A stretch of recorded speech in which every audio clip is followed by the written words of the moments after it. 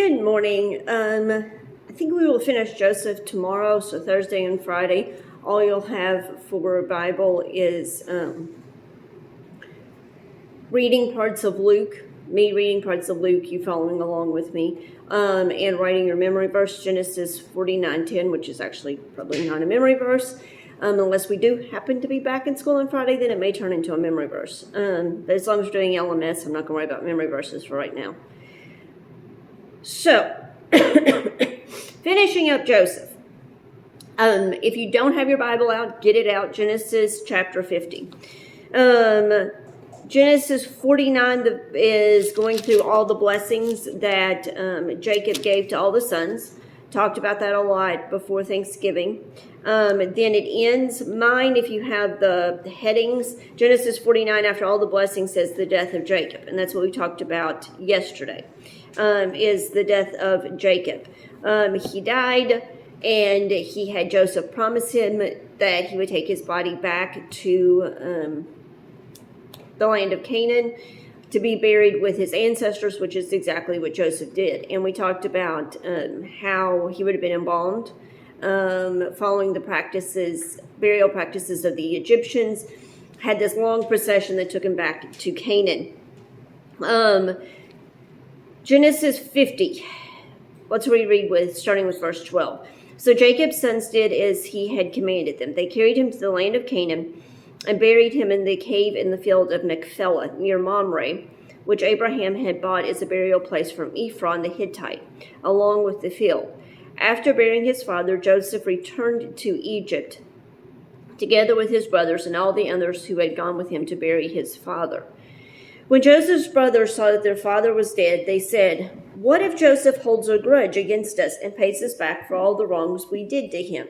So it's been years. We're talking like 30 years now since all of this. And they still are holding on to the guilt that they have for what they did to Joseph. And they're not believing Joseph when Joseph said, "What you meant for evil, God used for good, and I have forgiven you." And he's even shown that he's forgiven them. He's moved them to the land of Goshen. He's taking care of them. They're still stuck with their guilt, and they're not believing it. And they're like, now that Dad's gone, what's to keep him in his powerful position from getting us? So they sent word to Joseph saying, "Your father left these instructions before he died." The Bible doesn't say that he said anything. So more than likely the brothers are lying here. So sin one is that the brothers did not trust or accept that Joseph really forgives them, which is verse 15. Sin 2, the brothers invoked the name of their dead father, so they're lying on the behalf of their dead father. This is what you are to say to Joseph. "I ask you to forgive your brothers the sins and the wrongs they committed in treating you so badly. Now please forgive the sins of the servants of the God of your father." When their message came to him, Joseph wept, because, of course, it really, really hurt him that his brothers didn't believe him. By them doing all of this, they're basically saying, "Hey, dude, we don't believe you. We don't trust that you truly have forgiven us." And that really hurt him. So that's sin 3, once again, basically, that they lied. It also hurt him because he thought that his brothers had changed, and obviously they hadn't really changed. That had to hurt too. His brothers then came and threw themselves down before him. "We are your slaves," they said. But Joseph said to them, "Don't be afraid. Am I in the place of God? You intended to harm me, but God intended it for good to accomplish what is now being done, the saving of many lives." Basically, he's repeating what he said when he revealed himself to the brothers. Except for he's adding, "Am I in the place of God?" In other words, guys, get over it. If you still have guilt, go to God, not to me. I've forgiven you. So obviously you haven't forgiven yourself. You're worried that God hasn't forgiven you. Go to God. Let him deal with all of that. Not me. Not my place. So then don't be afraid. I will provide for you and your children. And he reassured them and spoke kindly to them. Joseph stayed in Egypt along with all his father's family. He lived 110 years and saw the third generation of Ephraim's children. So Ephraim was his son.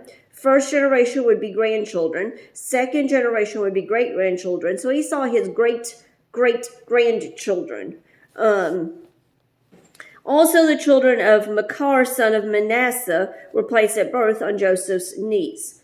Then Joseph said to his brothers, I am about to die, but God will surely come to your aid and take you up out of this land to the land he promised on oath to Abraham, Isaac, and Jacob.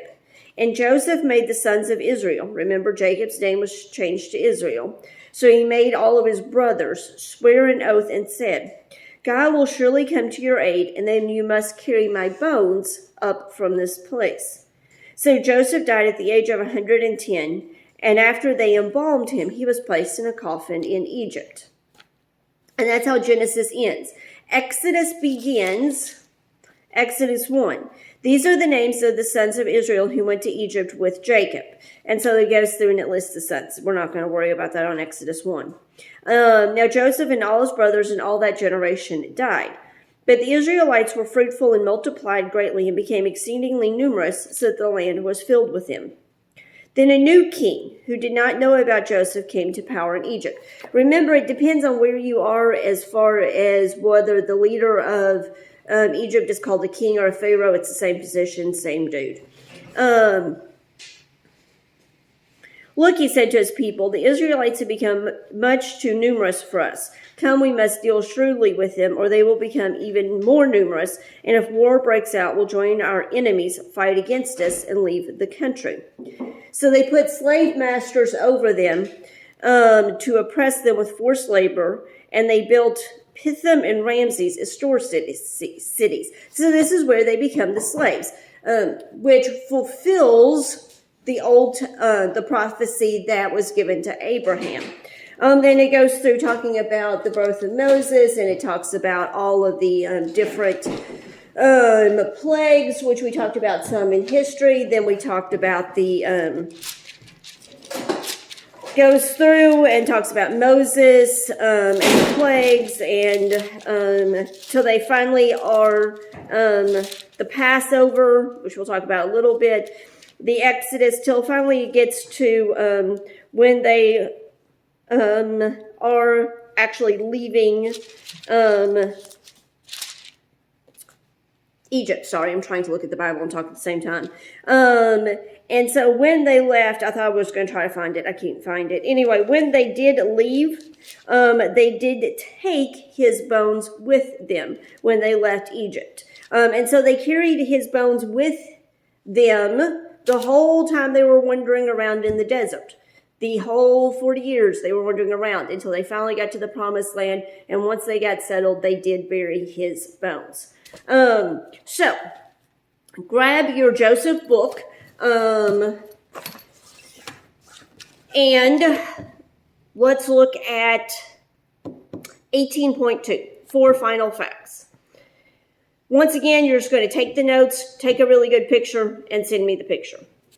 Fact 1, Joseph lived to the age of 110. That's in Genesis 50, verses 22 and 26. They already did the math for you. That means Joseph lived another 54 years after Dad died. So that's what you need to write under fact 1. It's just that Joseph lived 54 years after his dad died. And that means he lived 90 years in Egypt. So he spent more of his life in Egypt than he did back home in Canaan.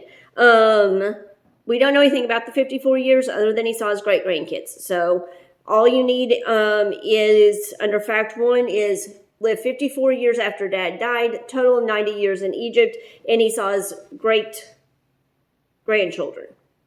I thought it was great-great-grandchildren, but anyway, he saw his great-grandchildren. We're assuming he kept his position as second in command. We don't really know.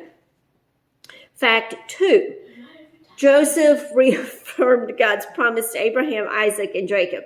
As we'll just point out, he might have retired. Yeah, he probably did at some point. But anyway, fact 2, Joseph reaffirmed God's promise to Abraham, Isaac, and Jacob. At the very end, he told his brothers, remember this promise. God's going to get you back to the promised land, which he did.